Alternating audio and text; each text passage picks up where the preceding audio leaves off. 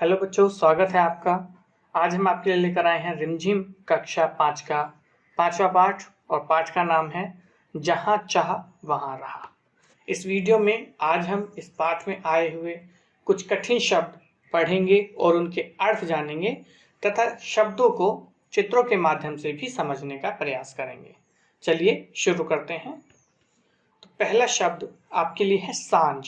सांझ का जो मतलब होता है वो होता है शाम का समय, यानी कि इवनिंग, अंग्रेजी भाषा में इसको हम कहते हैं। अगला शब्द देख लेते हैं, यह है दाखिला। दाखिला मतलब प्रवेश अर्थात एडमिशन, यानी कि जब आपका स्कूल में एडमिशन होता है उसी को प्रवेश बोलते हैं और दाखिला भी उसको कहा जाता है। अगला शब्द देख लेते हैं। अगला शब्द आता है हमारा परेशानी। परेशानी का मतलब होता है कोई भी समस्या, या अंग्रेजी भाषा में कहेंगे प्रॉब्लम। आगे देखते हैं। अगला शब्द आता है हमारा अतिरिक्त। अतिरिक्त मतलब अधिक, अंग्रेजी भाषा में इसको एक्स्ट्रा बोलते हैं। जैसे कि पाठ में आया था कि जो इला सचानी थी उसको परीक्षा में बैठने के लिए अतिरिक्त समय मिलता जिसकी उसको जानकारी नहीं थी। तो अतिरिक्त का मतलब अधिक। चलिए आगे देखते हैं। सुविधा। सुविधा का मतलब होता है कोई भी फैसिलिटी या सहायता। हिंदी भाषा में सहायता बोला जाता है और अंग्रेजी में इसी को फैसिलिटी कहते हैं। अगला शब्द देखते हैं क्या है। अगला शब्द आता है हमारा परिधान अर्थात वस्त्र, और अंग्रेजी भाषा में इसको कहेंगे ड्रेस, यानी कि आप जो भी कपड़े पहनते हैं वो परिधान की श्रेणी में आते हैं। चलिए आगे देखते हैं। ठीकरे। ठीकरे का मतलब होता है मिट्टी का जो बर्तन होता है, जब वो टूट जाता है उसके जो छोटे छोटे टुकड़े होते हैं उसी को हम ठीकरा बोलते हैं। तो ठीकरे मतलब मिट्टी के छोटे छोटे मिट्टी के बर्तन के टुकड़े। पोटशर्ड इसको अंग्रेजी में कहते हैं। ठीकरे की आप पिक्चर देख लीजिए, ये ठीकरे के चित्र हैं ये। ठीक, चलिए आगे चलते हैं। अगला शब्द है हमारा डालियां। डालियां आपने बहुत बार सुना होगा। तो जो पेड़ होता है, पेड़ की जो बहुत सारी शाखाएं होती हैं, पेड़ की शाखाओं को ही हम डालियां कहते हैं और अंग्रेजी भाषा में इसके लिए शब्द प्रयोग किया जाता है ब्रांचेस। तो ये देखिए, ये एक पेड़ है, आपको दिखा देता हूं। जो ये है ये तो पेड़ है और ये एक पेड़ की डाली है। चलिए आगे देख लेते हैं। अगला शब्द हमारा आता है तरकारी। तरकारी का मतलब होता है वेजिटेबल, यानी सब्जी। जो सब्जियां होती हैं उसी को तरकारी बोलते हैं और अंग्रेजी भाषा में इसके लिए प्रयोग किया जाता है वेजिटेबल्स।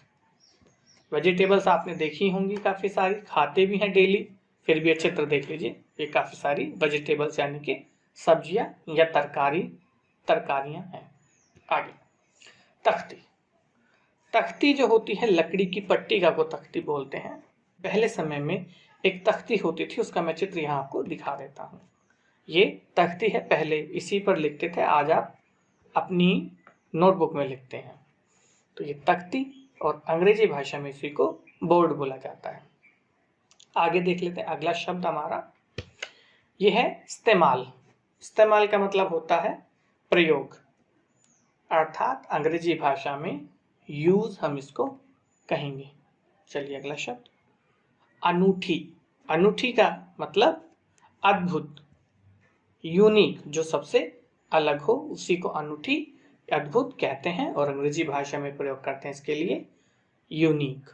अगला शब्द मिसाल। मिसाल का मतलब होता है हिंदी भाषा में उदाहरण, अर्थात अंग्रेजी भाषा में इसको हम बोल देंगे एग्जाम्पल। अगला शब्द देख लेते हैं। यह आता है विष।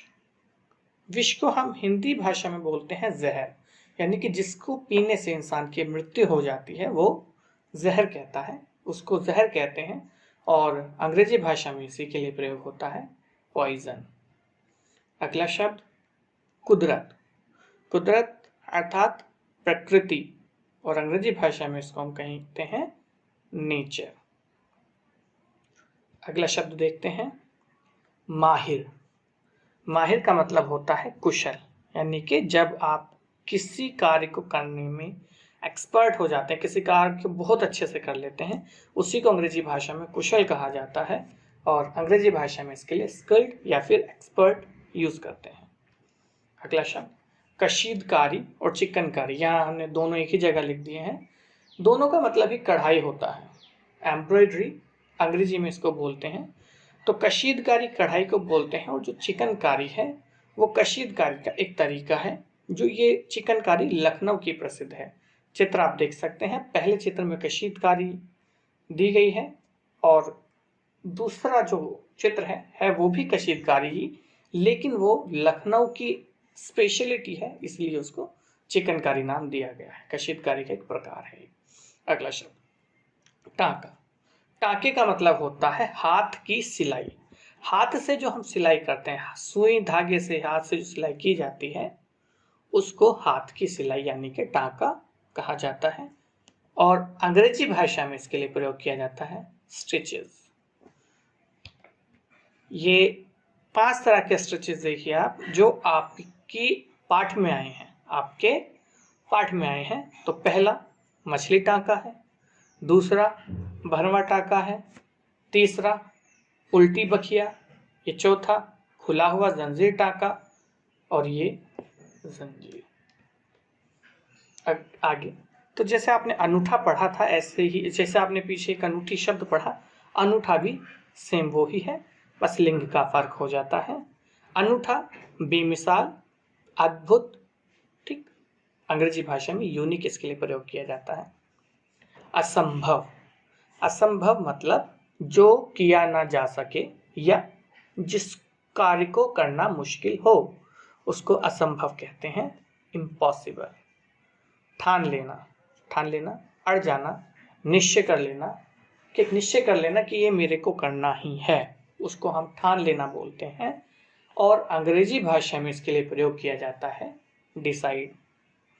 घुटने टेकना, ये एक मुहावरा है हिंदी भाषा का, जिसका मतलब होता है हार मान लेना। अंग्रेजी भाषा में इसको सरेंडर हम कहते हैं। अगला ये भी एक मुहावरा है, दंग रह जाना, अर्थात आश्चर्यचकित हो जाना। एस्टोनिश्ड अंग्रेजी भाषा में इसके लिए प्रयोग करते हैं। एक शब्द हमारा रह गया था नवीनता। ये देखिए, नवीनता का मतलब होता है नयापन या फिर न्यूनेस, ठीक। आशा करते हैं वीडियो आपको पसंद आया होगा। वीडियो को लाइक करें, शेयर करें और हमारे इस चैनल को सब्सक्राइब करें। आपके यदि कोई सुझाव है तो कमेंट सेक्शन में अपने सुझाव दें। बहुत बहुत धन्यवाद। फिर मिलते हैं अगली वीडियो के साथ, तब तक के लिए धन्यवाद।